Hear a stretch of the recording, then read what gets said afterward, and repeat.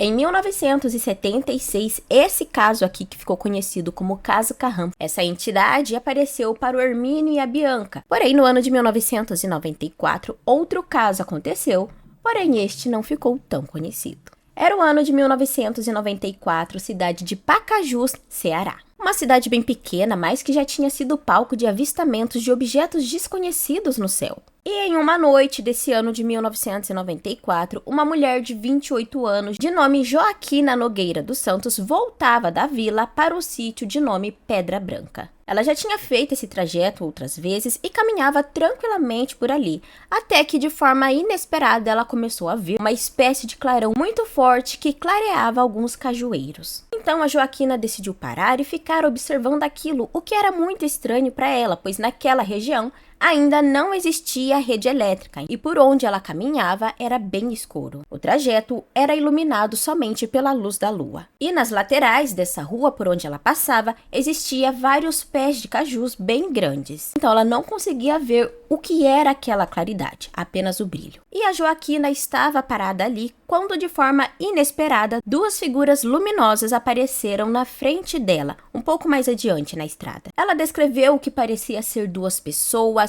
altas que utilizavam roupas justas ao corpo e de cor fosforescente. E aquelas duas figuras estavam paradas e olhavam para ela a uma distância de quase 10 metros. E foi então que eles começaram a caminhar, se aproximando da Joaquina, e somente por causa do brilho da lua que ela conseguiu perceber que se tratava de um casal, um homem e uma mulher. A entidade masculina ela descreveu como sendo forte, cabelos negros penteados para trás, olhos puxados e rasgados para trás e a sobrancelha em um ângulo bem marcado. As orelhas eram pontiagudas maiores que a de um ser humano e a pele dos dois era de cor parda. Para ela, um aspecto até que humano, porém incomum. Enquanto eles ainda caminhavam na direção dela, aquele homem falou com a Joaquina e em uma voz grave ele disse o seguinte: "Não temas, não viemos fazer o mal e nem queremos algo de você. Tenha calma." A testemunha disse que viu os lábios desse homem se mover enquanto ele falava, porém parecia que a voz não saía da sua boca, e sim cada palavra era colocada dentro da sua cabeça. E ele ainda continuou dizendo: "Eu sou Carran, viemos de passagem e já estivemos aqui antes." Já a outra figura, a mulher, apresentava os mesmos traços fisionômicos que o homem,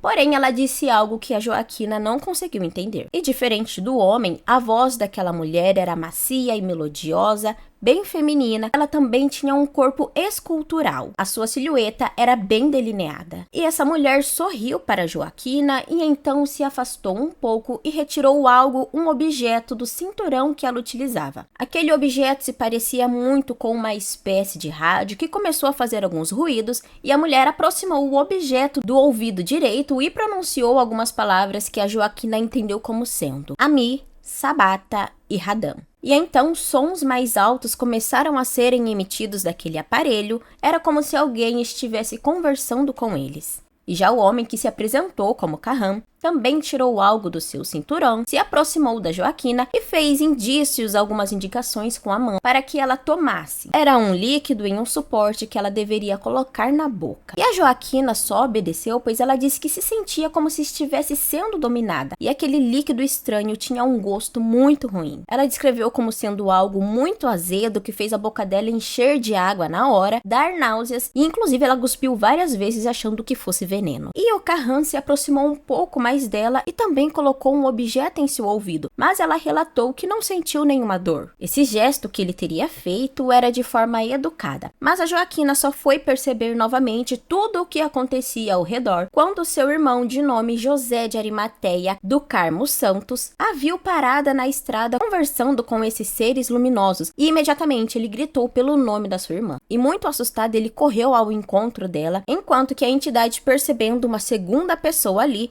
tirou aquele objeto do ouvido da Joaquina e ele e a mulher se afastaram e simplesmente desapareceram da mesma forma que tinham aparecido. Eles não souberam explicar como essas criaturas teriam ido embora. É informado que esse caso acabou se espalhando, chegando até o conhecimento do pesquisador ufólogo Reginaldo de Ataíde, que decidiu, junto com sua equipe, ir até o local onde tudo tinha acontecido e tentar entrevistar as duas testemunhas. E o José de Arimateia confirmou que ele tinha visto sim as duas pessoas altas com aquela luminosidade paradas na estrada estrada próxima da sua irmã e que eles desapareceram simplesmente como se fosse mágica. Enquanto que a Joaquina também deu seu relato da mesma forma. E ainda ali durante os interrogatórios, o pesquisador descobriu que os dois irmãos desconheciam qualquer coisa sobre o assunto envolvendo OVNIs, eles não sabiam o que eram isso. E desconheciam sobre o caso do Carram, mas que tinha acontecido com o Hermínio e a Bianca, que ocorreu em uma estrada do Rio de Janeiro para Belo Horizonte. E como foi dito, não existia rede elétrica ali naquela localização, naquela época, então os dois nem tinham TV em casa. Eles nunca souberam sobre esse outro caso. E a equipe de pesquisadores, ainda conversando com os outros moradores daquela região, acabaram descobrindo que eles também viram coisas estranhas no céu, mas não sabiam explicar o que era. Coisas luminosas que até seguiam as pessoas e causavam queimaduras. Já os dois irmãos, a Joaquina e o José, eles não aceitaram passar por uma sessão de hipnose de regressão, mas permitiram serem avaliados por uma psicóloga. Os dois foram avaliados e foram considerados estarem dentro da normalidade. Eles não apresentavam nada fora do comum, nenhum tipo de comportamento ou algo do tipo. O relato dos dois foram tidos como verdadeiros. E então, será que aquela entidade que apareceu ali para Joaquina era o Carram novamente ou alguma outra coisa, alguma outra entidade de outro lugar? E esse foi o vídeo de hoje, eu espero que vocês tenham achado interessante. Deixa aí nos comentários se vocês já conheciam essa história. Deixa aí nos comentários também se vocês conseguiram entender todo o relato de forma bem clara. Mas se você chegou até aqui, aproveita, não esquece da minha parceria com a Scoop Art, produzindo essas luminárias aqui bem legais para vocês que gostam do tema de ufologia. E se você for meu seguidor, você tem 10% de desconto na sua compra.